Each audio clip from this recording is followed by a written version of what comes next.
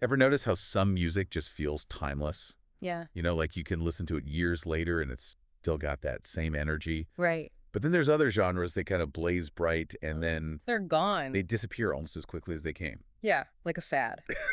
Exactly. Yeah. Like, why are we still obsessed with 70s punk? Right. But that electro swing thing we all went through, that feels like a fever dream now. It's so true, though. It's like, it's more than just taste, right? There's these invisible forces that kind of shape how music scenes grow, how they connect with each other. And sometimes they completely disappear, Exactly. which is a perfect segue into what we're diving into That's today right. with Will Straw's article. Yes. Systems of Articulation, Logics of Change, Communities and Scenes in Popular Music. Kitschy type. Very academic, very dense.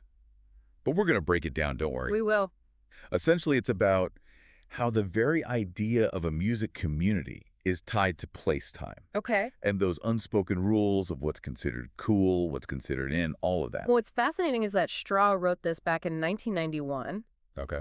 which, if you think about it, the music industry was going through some major shakeups. Oh, yeah. Like, think about it. Heartland rock. Okay, Those good. Tom Petty vibes, right? Petty bit, yeah. Hugely popular. But even then, kind of on their way out, Right. yeah, Billboard was writing articles about how rock was losing its grip on the charts. Wow. Because alternative rock and dance music were blowing up. Interesting. So this isn't just a dusty history lesson. No. This is about forces that are still shaping the music we're hearing today. Exactly. And Straw argues that it wasn't just that people's tastes were changing. Right. It was a fundamental shift in how music interacted with our identities and how we kind of fit in. So instead of just saying, oh, people just like different things now, Yeah. we need to understand the why. Yes. The why behind those shifting tastes. Yes. And that's where these ideas of community and scene come in. Okay. He says we throw those words around a lot, We do. but they actually represent very different ways that music brings people together. Okay. So let's break this down because I'll admit I probably use them interchangeably, Sure. which I'm sensing is wrong. Well, think about it this way. Okay. Community suggests shared roots, Okay. a stable group, almost like a folk tradition. Okay. You know, something passed down. Right. But I'm sure you've been to a family reunion with a karaoke machine and, you know, Not always the reality. not always the case, right? Yeah. It's more about that feeling of belonging through heritage, even if it's a little romanticized. Okay, so if my questionable karaoke doesn't a community make, Right. what does? Well, scene, on the other hand, that's about constant evolution. Okay. It thrives on newness, Okay. but also how that newness connects back to the scene's history. Okay. It's less fixed, more like a constantly shifting ecosystem. So my grandpa religiously listening to the same blues artists for his entire life. Right. That's more of a community thing. Yes. But me, frantically refreshing Spotify, trying to find the latest hyperpop remix, Yes. I'm caught in the scene. I'm in the thick of it. Exactly. You're in it. Okay, I see. So to understand how this plays out, Yes. let's look at the rise of alternative rock. Okay. Right. Now, you might think, oh, rebellion against the mainstream. Yeah, that's got to be a community. Right, exactly. But Straw argues it's more complex than that. Okay, here's where it gets interesting. Yes, Because alternative rock, it did draw on those older influences. it did. Punk, indie, college rock, all that. Absolutely. But it was constantly mixing them, reimagining them. Exactly. Straw calls these fans cosmopolitan localists. Cosmopolitan localists. Yeah. Okay. They were deeply invested in rock history, All right. but they were creating something new from those global influences, often within their own local scenes. So it's like they're these musical magpies. They're collecting shiny bits from everywhere and building something new in their own little nest. That's a great analogy. And this is where it gets even juicier, okay? Yeah, okay. Because to really get alternative rock, you needed to understand the scene's inner workings. Okay. This is where what Bourdieu called the field of cultural production comes into play. The field, you're going to have to break that one down for me. Okay, so think of the field like the playing field of a sport. Okay. It has its own rules, its own hierarchies, its own referees. Okay. And in alternative rock, those referees were often the record store clerks, Oh, interesting. the music zines, Right. even just that guy with the best cassette collection, you know? Right. He knew what he was talking about. Exactly. They decided what was cool and what wasn't, Oh, wow. which shaped the scene's sound and identity. So it's not just about the music itself. It's about who has the power to say, Yes. this is good, or this is what we're listening to. Exactly. And this is where things get a little more complicated.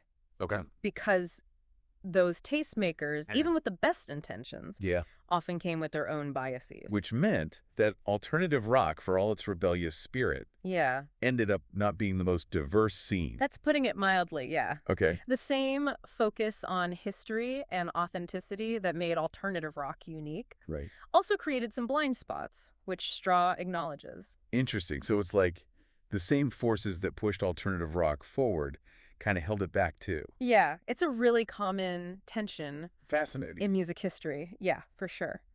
But before we go down that rabbit hole, let's jump to dance music for a second. Because if alternative rock was obsessed with history and lineage and all of that, dance music almost seems like the opposite. Yeah. It's all about the next beat, the next sound. The future. Yeah, like it wants to erase the past almost. It's true.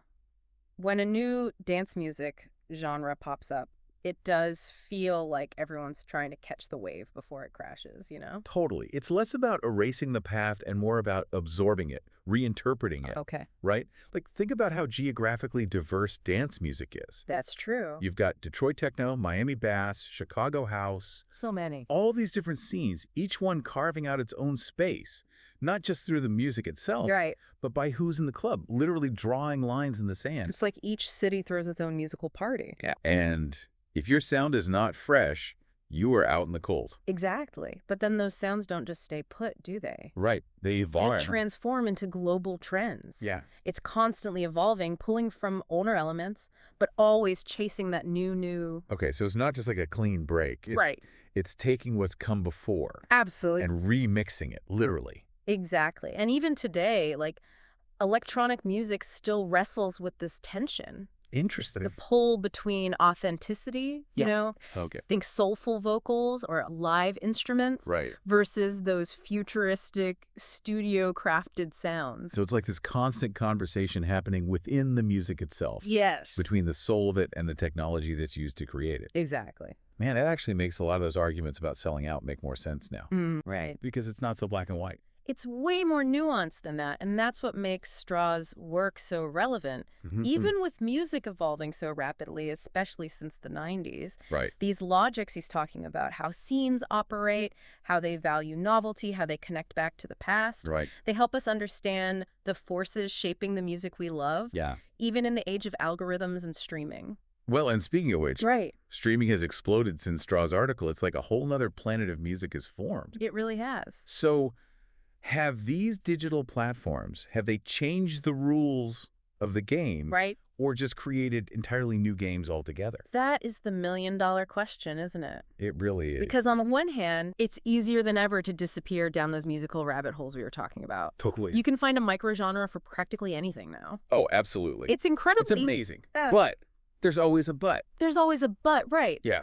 But there's this overwhelming pressure to keep up with what's trending. Yes. It's like everyone's chasing after the same algorithmic playlist. Totally. And it's like, how much of my taste is really mine? Exactly. And how much is just like Spotify telling me what to listen to? Right. And that's where things get really interesting. Okay.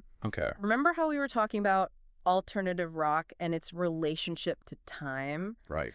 That carefully curated taste, building those intricate webs of influence. Yeah. We see that in the digital world, too. Oh, interesting. Just on a massive scale. Okay. Right. So it's like that desire to be part of a scene, to have your finger on the pulse, it's still there. It's still there. It's just manifesting in a different way. Exactly. It's like we're not just listening to music anymore. Yeah. We're navigating this whole other dimension of taste and trends. Exactly. And it's happening on a global scale now. Yeah, it's kind of mind-blowing. It is. But it also shows how important Straw's framework still is. You know, these logics he talks about. Right. They help us make sense of this whole new world of music. Totally.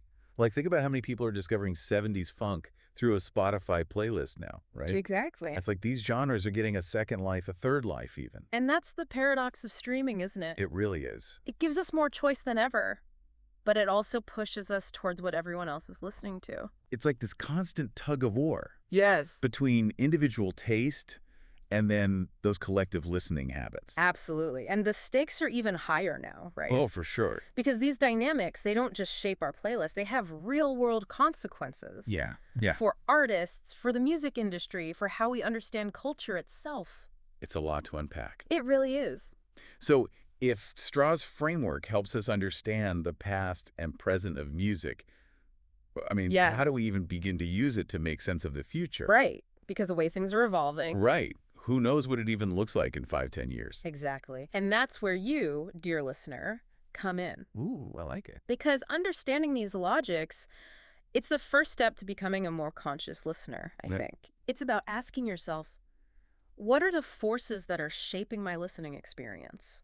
Oh, that's good. Right. Am I just chasing after algorithms? Right. Or am I digging into those rabbit holes, you know? Right, those forgotten gems, all that. Exactly. Because once you start to see those patterns, yes, it changes how you experience music altogether. Totally. I feel like we've gone from a crowded club to, like, the metaverse of music here. Yeah. But those core questions. Yeah. How do we connect with sound? Yeah. How do we find our people through shared taste? Yes. That's the timeless stuff. That is the timeless stuff. And maybe, just maybe, by understanding those forces that Straw laid out, right, we can all become more than just, passive listeners. Yeah. We can become active participants in how music evolves. I love that. How those scenes take shape. Yes. Even if it's just within our own playlists. Beautifully said.